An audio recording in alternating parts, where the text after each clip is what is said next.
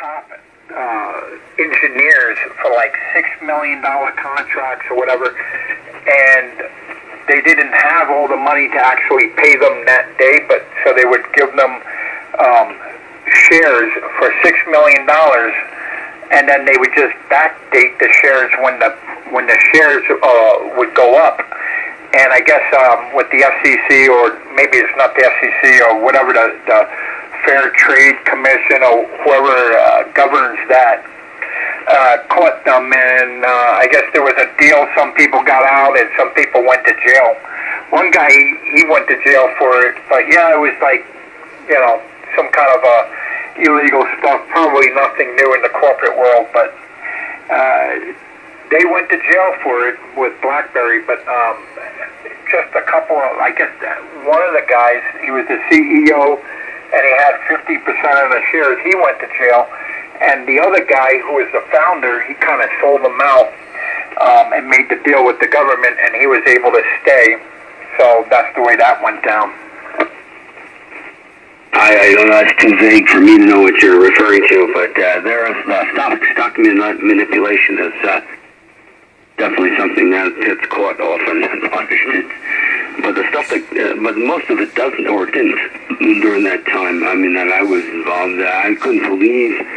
I didn't want to say it, but when I was working in the brokerage houses and working in IPOs, I just couldn't believe the stuff that went on.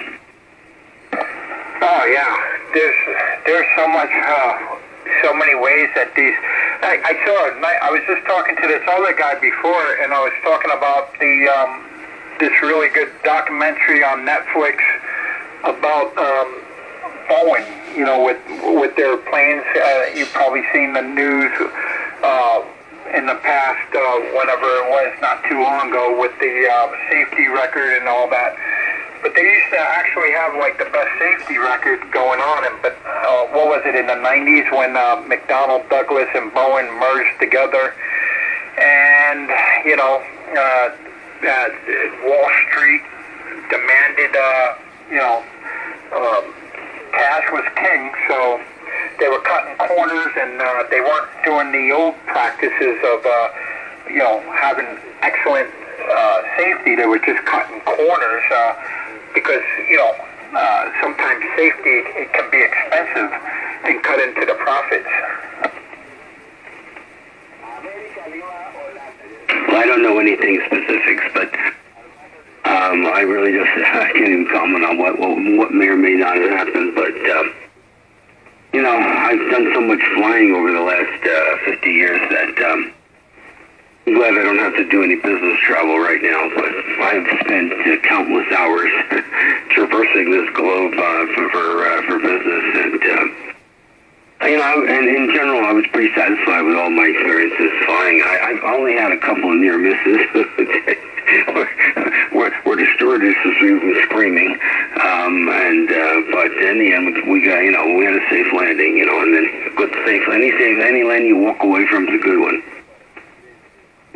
Yeah, well, my wife's been working for the state for a long time, but before she was and we've been married for a long time. And we got married in '96, and when we got married, at that time, back then, she was a flight attendant, and then she eventually worked for the state, and she's going to retire soon, and I'll be retiring soon, not soon enough, but a couple of times when we've flown. One time we couldn't land. We were coming back from St. Louis, coming back to Albany, but we had to change flights. I think it was Charlotte, if I remember. I know it was North Carolina, whatever, the big airline down there where they had a hub on the company we were flying with.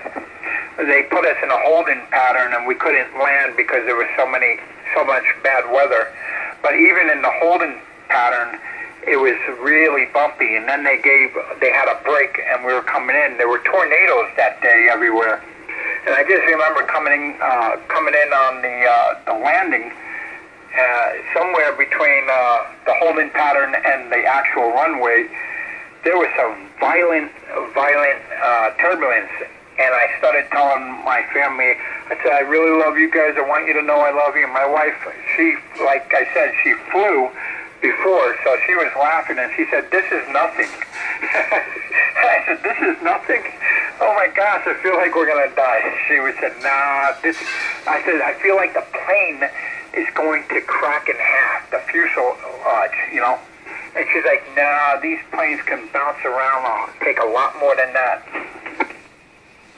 Like I said, Justin, when the stewardesses start screaming, that's when you worry. Yeah. If you see the stewardess, you know, when they put their seatbelts on and they're sitting there and they're gripping the armrest and they're looking at each other and they're nervous, then I guess that's definitely a bad sign. Oh yeah. I think the worst one I experienced, I have to think about the others that are pretty scary, was coming into LaGuardia Airport. And we were on the final approach. I think we might have been like 10 seconds to touchdown. And I think a plane, whatever it is, either from a plane before us or a crosswind or something, the air just went out from underneath the plane. There was a lift, and the plane dropped below the runway level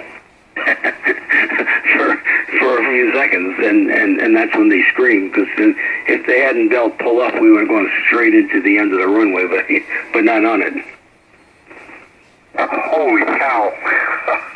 Yeah, that sounds scary. I know when we came back from vacation, we were coming back from the Caribbean one year, and coming into Kennedy, and we actually came into Kennedy, and it was just cheaper to fly in and out of Kennedy, so we parked in Kennedy for the week that we were down there. So then we had to drive up in an ice storm, but it was an ice storm, and they were landing in the ice storm, and you couldn't even see the runway. I couldn't see anything. I couldn't see lights. I couldn't see the city. I couldn't see anything until the last second, until right before you could feel the plane when it touches down. And and I knew what the weather was, because you could see the weather on your phone when you're up in the air. And I was like, man, this is going to be scary. Hopefully the brakes work and everything. But yeah, they landed that like nothing that night. My worst snowstorm landing was in Narita. It's in Japan. The wind was so strong it blew out the windows in the control tower. And they got it on the ground, but you know, at that point we had to land because we were running low on fuel. But and then another time, the pilot, you know, made 3 approaches. We had wheels down, ready to land, and then he pulled them up at the last minute and went around. And he said, "Well, I'm just not having a good day." Boy, that just made me feel wonderful. Oh my gosh, the windows blasted in. Gosh, that sounds scary. You know what? I was coming home. Remember that last storm that we had? I don't know if you guys had it over there, but last week, whatever, we lost power and everything here for a few hours. But I was out in that storm, and I was coming up the north. I was coming up the New York State Thruway, and there was a plow truck on the overpass above me. I don't think they should do this, but they were plowing. It was all ice. And when they were plowing, it was sending like a wave, like a wake, a wave. And I could see it. It was almost like watching it in slow motion. I was like, oh boy, that's going to hit me, I think. And it hit the windshield so hard. Like, I literally don't know how the window stayed in its place. I thought the window would, when it hit, it was so loud. I thought it would, I imagined, like if it would have came in on me, with me moving around 60 miles an hour, running right into it, I don't know, that might have killed me.